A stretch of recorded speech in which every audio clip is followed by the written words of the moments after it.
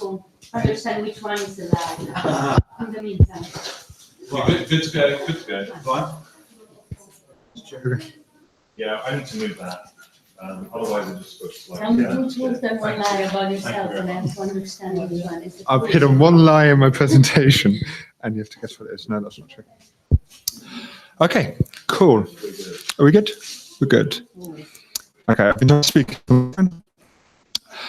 So for the past few years, have been working in the field of migration and specifically refugees. I'm based in a non-for-profit organization in Berlin. And hello. And Charlotte invited us to give a talk.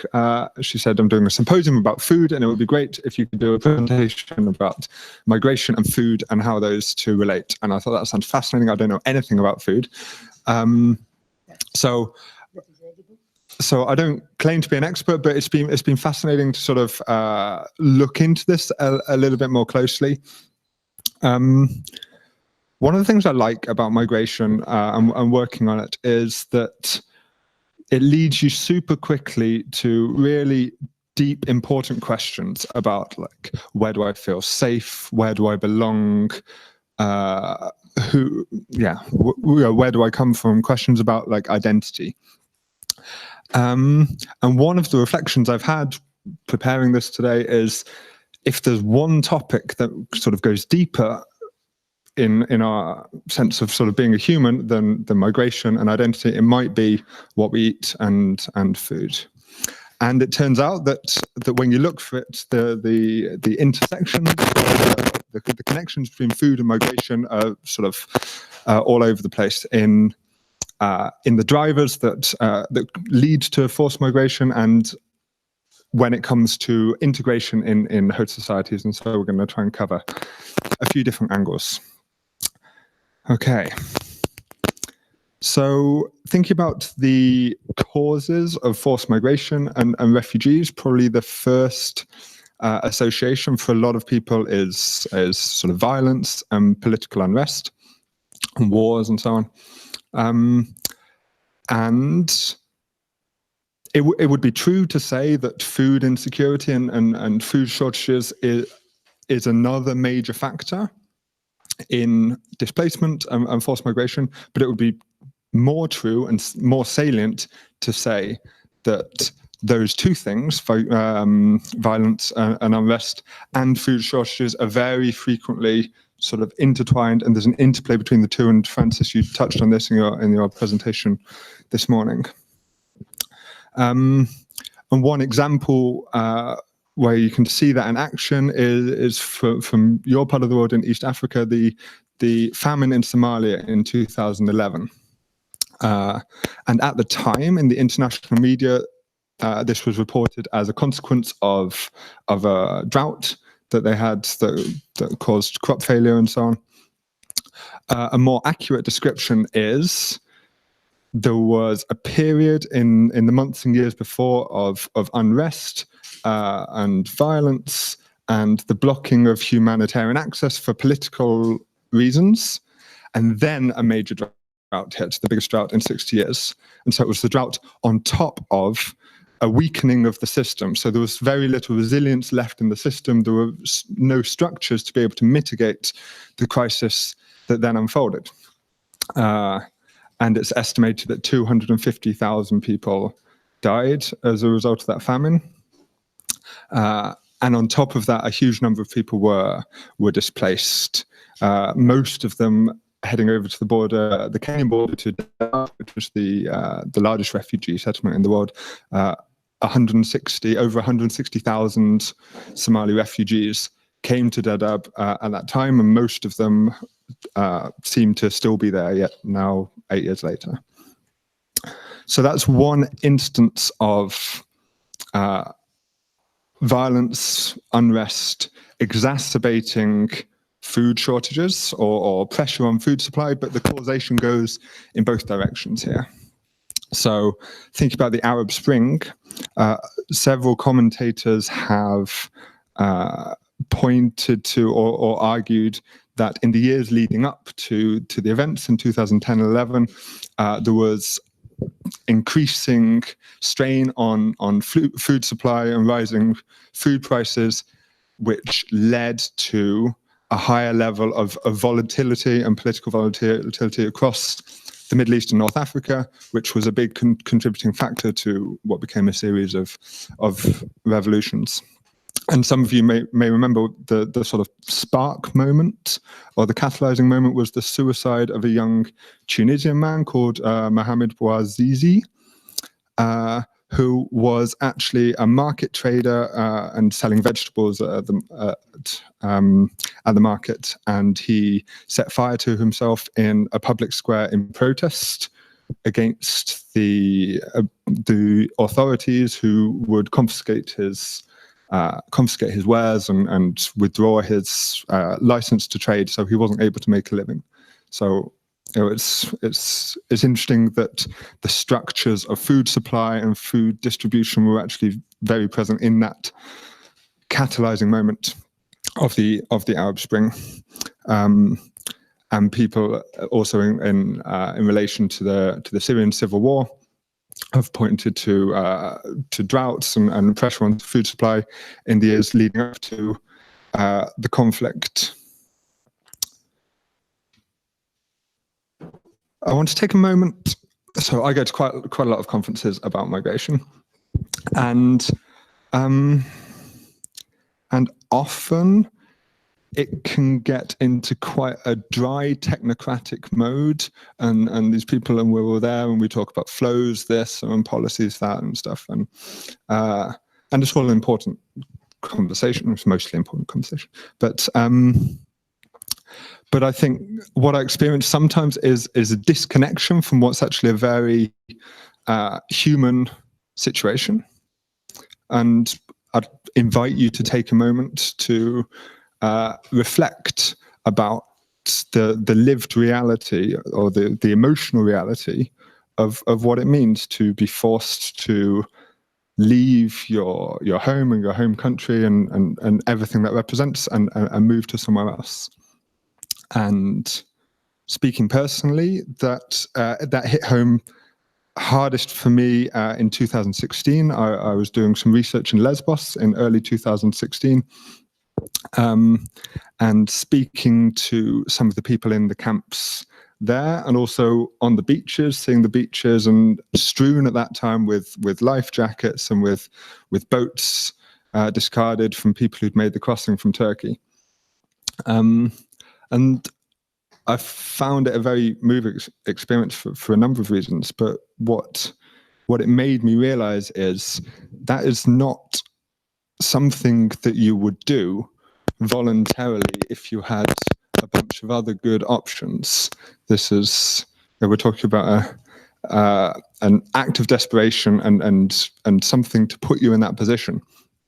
And I came back to reflecting on that when I was thinking about this topic, because of the things that might force you to do something like that, the hunger, the visceral bodily experience of hunger, or the fear connected to not being able to eat or not being able to feed your family, is something that might lead you to take that step.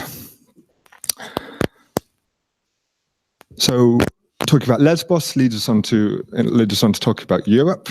In 2015-16, there was something in Europe which people called the refugee crisis, where over 1 million refugees arrived into Europe, many of them from the civil war in Syria. And it's fair to say that we're still seeing the fallout from all of this today. I was talking to Vaughan last night about this over dinner. And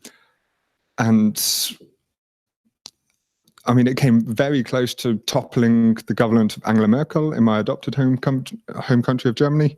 In my original home country, it was brought up by the Brexit campaigners and Nigel Farage, and possibly contributed to the Brexit decision, and it's still present there. And I don't need to do the litany of all of the populist right-wing currents in European politics, but it's still there, and it placed enormous strain on the system, both bureaucratic but also the political system that we're still seeing now.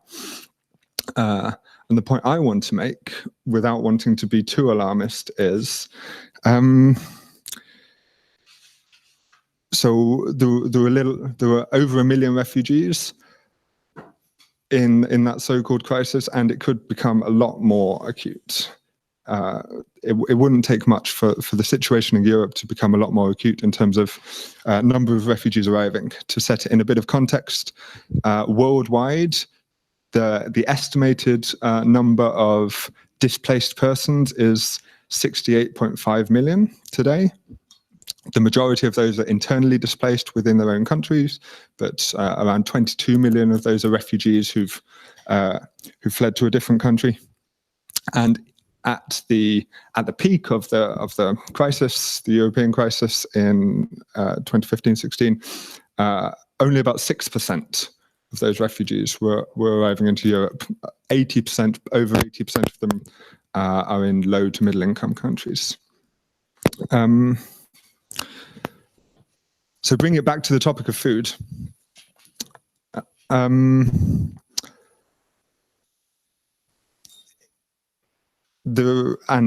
also setting it in the context of the climate catastrophe that's unfolding even now, and is likely to place pressures on food systems and in various international contexts. Even if Europe is spared from the most acute pressure on that, and there are people in the room who are much more qualified to talk about this than I am, but even if Europe is spared from the worst of the food shortages, the increase in migratory pressure that's going to be created will be felt by Europe. And that requires action, I believe, on two fronts. And firstly, action to mitigate that migratory pressure, mitigate food shortages and climate catastrophe, various other factors leading to migration, and also work on the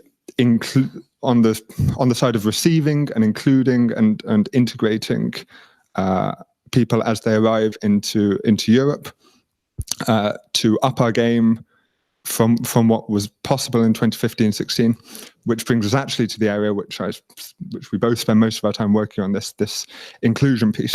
Because looking at what's likely to happen over the next couple of decades, those two pieces need to be stronger. So to talk about the second piece, I'll hand over to Francesca. Thank you. Yeah, and I think it's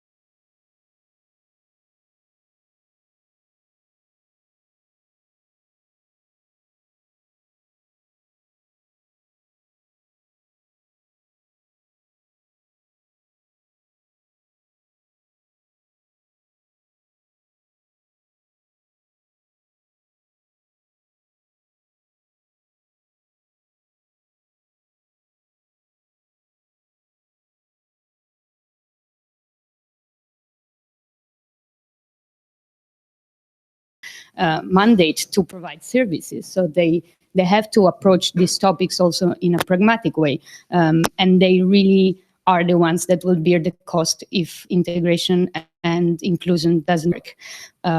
On top of this, I really believe in the fact that it's easier to dehumanize someone when you cannot really see them in the eyes, and this is not a luxury that local authorities have, because people are living in cities more and more, and they are a constant reminder of what could happen if we get this wrong.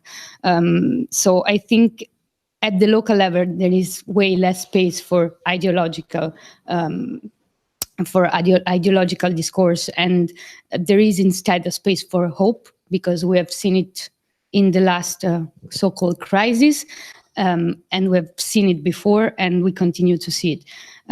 There is a lot of good work and initiatives that are carried out at the local level, and many of them actually, have to do with food. Because in many cultures in Europe and outside Europe, food is about sharing, it's about community, it's about exchange, it's about hospitality. And it's an easy angle to start a conversation and to start interacting with people we might not know something about. And therefore, food is a very good way to start this component of interaction that is very prominent in interculturalism.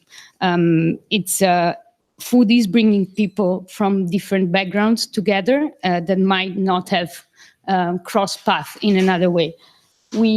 Many of the cities we're working with are organizing this kind of city banquet or programs like the Next Door Family, where families are paired and they cook dinner together, they share a dinner together.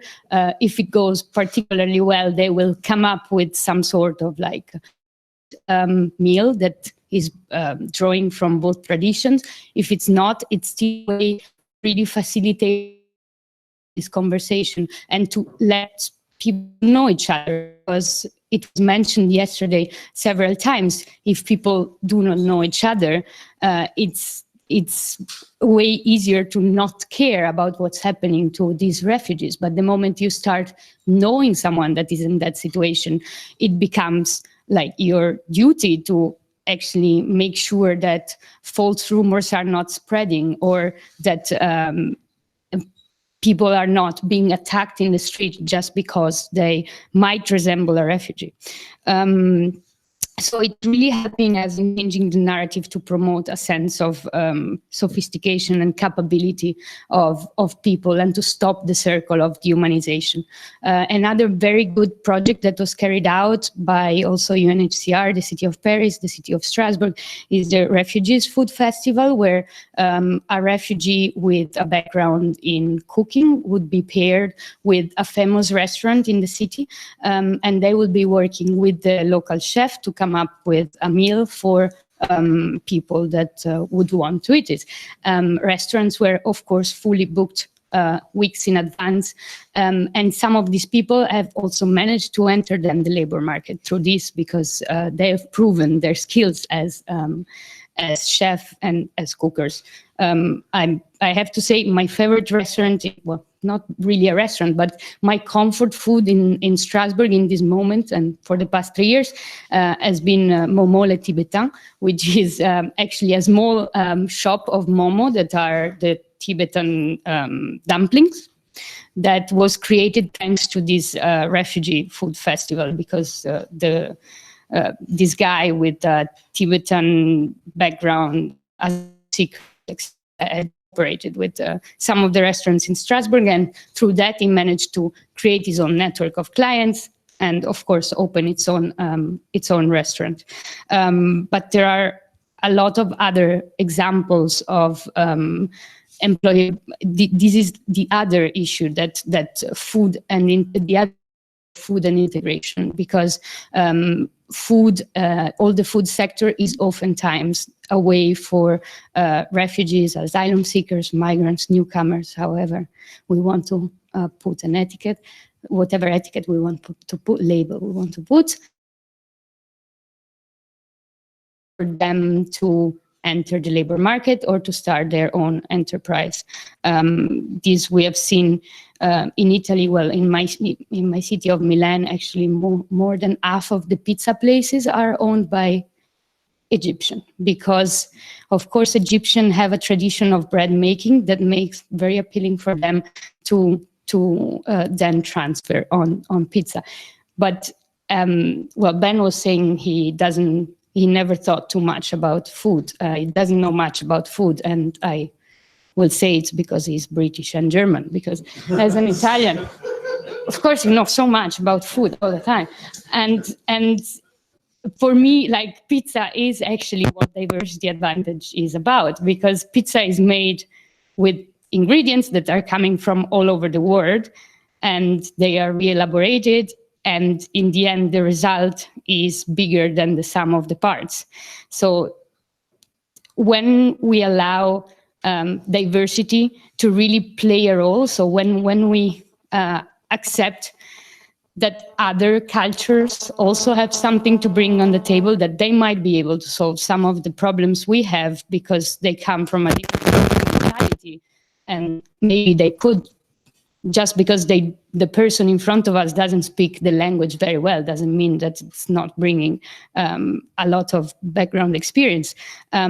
We really managed to unlock something when we accept we are all on the same level, and we accept what was mentioned yesterday, that it's not easy when there are so many people from different backgrounds. It's not easy. Of course, you need to manage conflict. You need to manage mediation. You have to make things in a different way. It was very interesting what was said, because Rick was thinking of, sorry, I don't remember her name, Michele.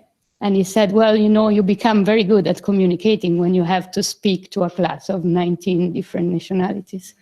And that, for me, it's what diversity advantage is about.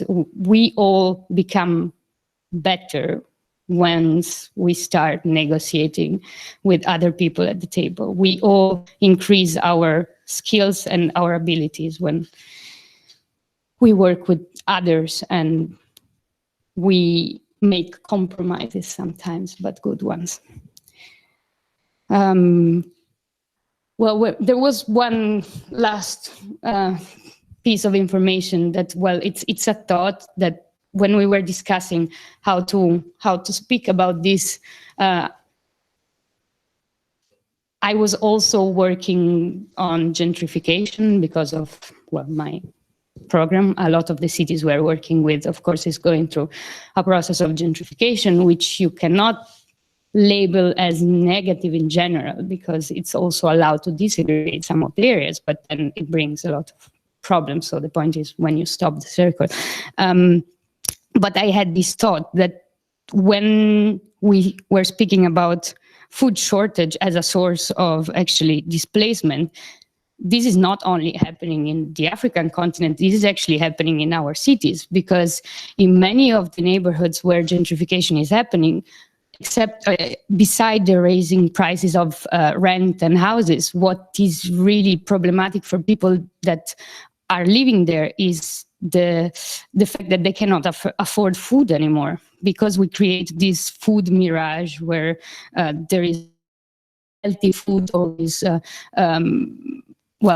new food brought in by the newcomers in the area, but then oftentimes this food is not affordable for people that are living there before. And when also the rent, of course, it's raising, this means that the budget for purchase becomes lower. So we are basically pushing out a lot of people because they cannot afford to live there and to eat there, and either they go outside the neighborhood, they go to another neighborhood and they make their grocery there, or basically they have to move. And that's also not always easy, because it implies spending time to do this. I just want to add on that point, just because it's topical at the moment in my city, in my neighborhood. In fact, in Kreuzberg in Berlin, there's currently a protest. There's a branch of Lidl, which many of you will know is a discount supermarket, which they want to close to create, I don't know, probably some kind of hipster cafe or something. And there's lots of protests of the local community who are dependent on Lidl for their shopping, and I don't know, it challenges a few narratives, I think, like campaigning on behalf of Lidl, this big corporate supermarket, but they want to keep it. So I thought that was an interesting kind of scene. Okay, I think we're done. That's a kind of collage of things that we could come up with on the topic. But thanks for listening.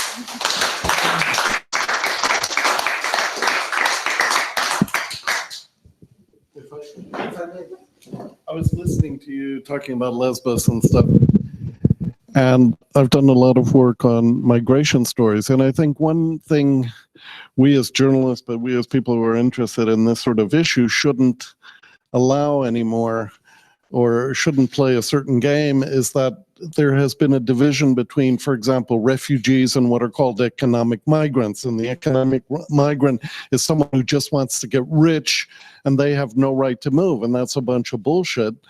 And economic migration, of course, covers all sorts of things. But basically, it was one of the key reasons millions of Italians went to America and other places. And I think there's one very simple point to keep in mind, because this changes the way the issue is approached. And on one of the stories I did, I worked with some people in the Vatican, and the top Vatican prelate said something that was very simple, very clear, and it changes the discussion, or it ends it. I can't remember his name in this moment, so I beg for forgiveness, but he said, look, it's very simple. Aside from the issue of, the fact that we have to save people, whatever, etc., he said, forget all that. That is a given. He said, Western nations have insisted on being allowed, on creating freedom of movement for capital. And he said, they have obtained that. And he said, that has to go with freedom of movement for individuals. And he said, end of subject. And that's it. So, we shouldn't allow the discourse to get moved into what is so much bullshit that weights it or confuses people or allows them to play on issues that have no right to be part of the discussion. You want to move capital, people have to move. Also because Western nations, and now China, are still taking everything they can out of Africa. They're raping it. They're destroying the local economies. Italians dumped tomatoes in Ghana, where they had a tomato culture of their own. Western countries from the EU have destroyed the possibility of fishing in Western Africa, etc. We're still going in there and taking everything we want and can in the best possible way. And if someone doesn't give it to us, we put in a different government. We sell weapons. Someone was talking about Yemen. Italy is selling weapons to South Africa to go kill people in Yemen. The discourse has to be changed also and looked at in a different way. And it has to be made clear. I said it before in a different way, but we're responsible for it. We are here, and unless we change the way we do things, unless we allow countries to become self-sufficient, migration is going, of course, not so nicely the way you said it. With climate change, it's going to become a big thing. Aside from the fact, one aspect we don't see over here, just look at what is happening between Venezuela and Colombia. Millions and millions of people have gone over the Bolivar Bridge and other things because in Venezuela it's almost impossible to live right now. And that's something we don't see over here.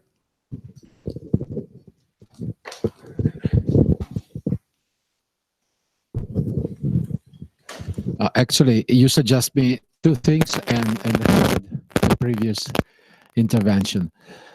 Thank you for quoting what I said during the lunch about diversity, because and for your advocacy about diversity, because actually in my experience, my former students in Pollenzo have opened Babek in Milan. Babek is the reverse of kebab. Kebab is probably the most well-known innovation in street food in Europe, depending on an invention of a German-Turkish entrepreneur. And what they did, they are three Sicilian guys. They did the reverse of it, so they brought it back to the original tradition of Turkey. So three Sicilian guys in Milan reverted the traditional kebab without the roll, without the roasting and the shaving of it, but making the marinade of little pieces of meat into spices in order to cook it and make panini ready-made.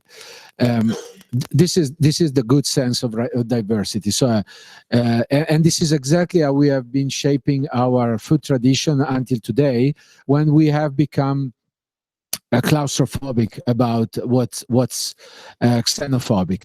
Today, during my intervention, I never mentioned Coldiretti, because when they start the battle for Italian food, really, it makes so poor sense that really, if you read Jared Diamond, and even if you're not a botanist, you know that just the peas are autochthonous of Europe.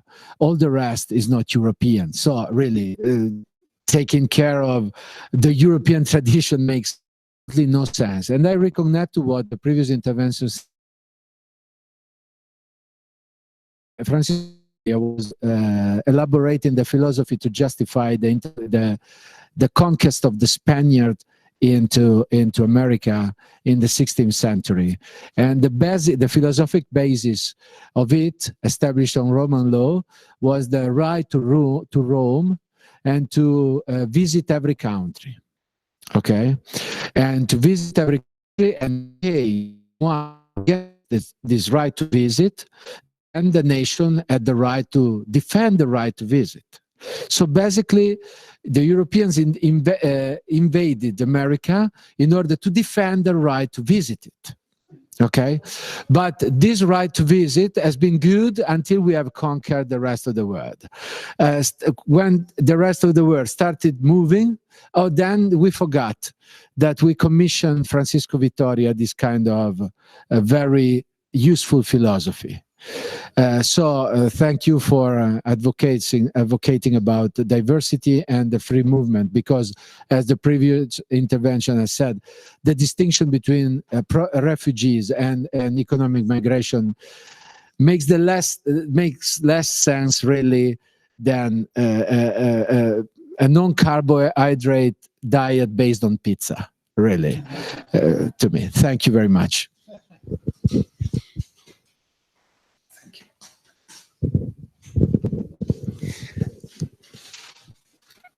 What is it? Babak? Sorry? Babak? It's Kababak. Babak, the contrary of kebab. Yeah, that sounds good. And it's good as well. Yeah, I bet it. Yeah. I'm going to see if I can turn this into a question, but I'm not starting with one. Just an observation. I remember once, many years ago, I was in a refugee camp, whose name I've forgotten, in Tanzania, Congolese refugee camp. It was for Congolese. It was very near Lake Tanganyika. Do you know the name of it? No. But what I remember was, and then I remember the complex logistics of getting UNHCR there, getting food into the refugee camp, and many people with very little to do. What they couldn't do was, and they were former farmers, what they couldn't do was to plant their own food, because the host population at a government level was very concerned that there would be putting down of roots. So it's really just that connection between the roots of food and the roots of community and living. And I can't turn it into a question. I just think of it as a metaphor for everything that we're talking about in terms of not simply the mitigation side, but the integration side. Yeah.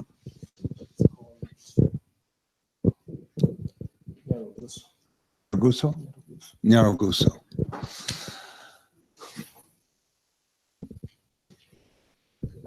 Thank you. I completely agree with the point you made about the chap in the Vatican made about if you can move, there's free movement of capital, to which I would add also movement of goods and services. Why can't there be movement of people? It seems, you've said it and it's a thing. But also, given that with your work with people, people come for, as you said, a lot of reasons, climate, war, but what have people told you? But people come, they bring their traditions, they bring, they're not just walking away. And what have you got any indication of what needs to happen for people not to feel compelled to move? And I'm not saying they shouldn't if they don't want to, but given that a lot of people, it's not an easy, happy choice. Back in the places that people are coming from, what needs to change? So did that sound frightfully kind of anti-immigration? I don't. It's not, but.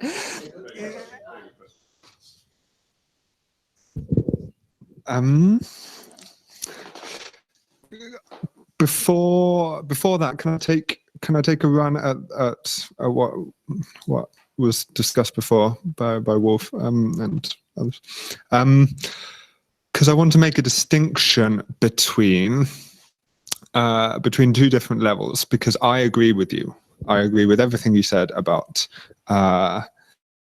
not stigmatizing economic migration and about the kind of rational case for open borders. So I'm very liberal on this stuff, and I think there's an argument to be won.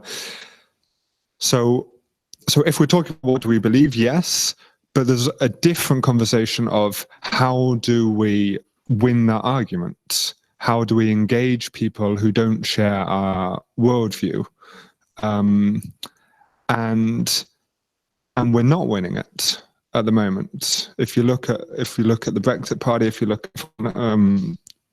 across Europe, and we need to find better stories or ways of engaging with people. And for all that, I agree with your point that it's only rational if you have this thing, you need to have this. That's not a strategy to engage. And I'd go back to what I said at the beginning of my remarks of it goes very deep to people's sense of, do I belong here? Do I feel seen and respected? And I think it's about people on those less rational levels. I'm afraid we're going to have to close the discussion now. I'll just say one We've got sentence. time. I just want to be clear that sort of function is something we shouldn't accept. And of course, Correct. what you're talking about is an essential addition to it, how you deal with public discourse, etc. But that's a difference. Okay, good. And let's keep talking over dinner or whatever. We just have we need to shut down. Well, one question before we do. We have one outstanding question. Good.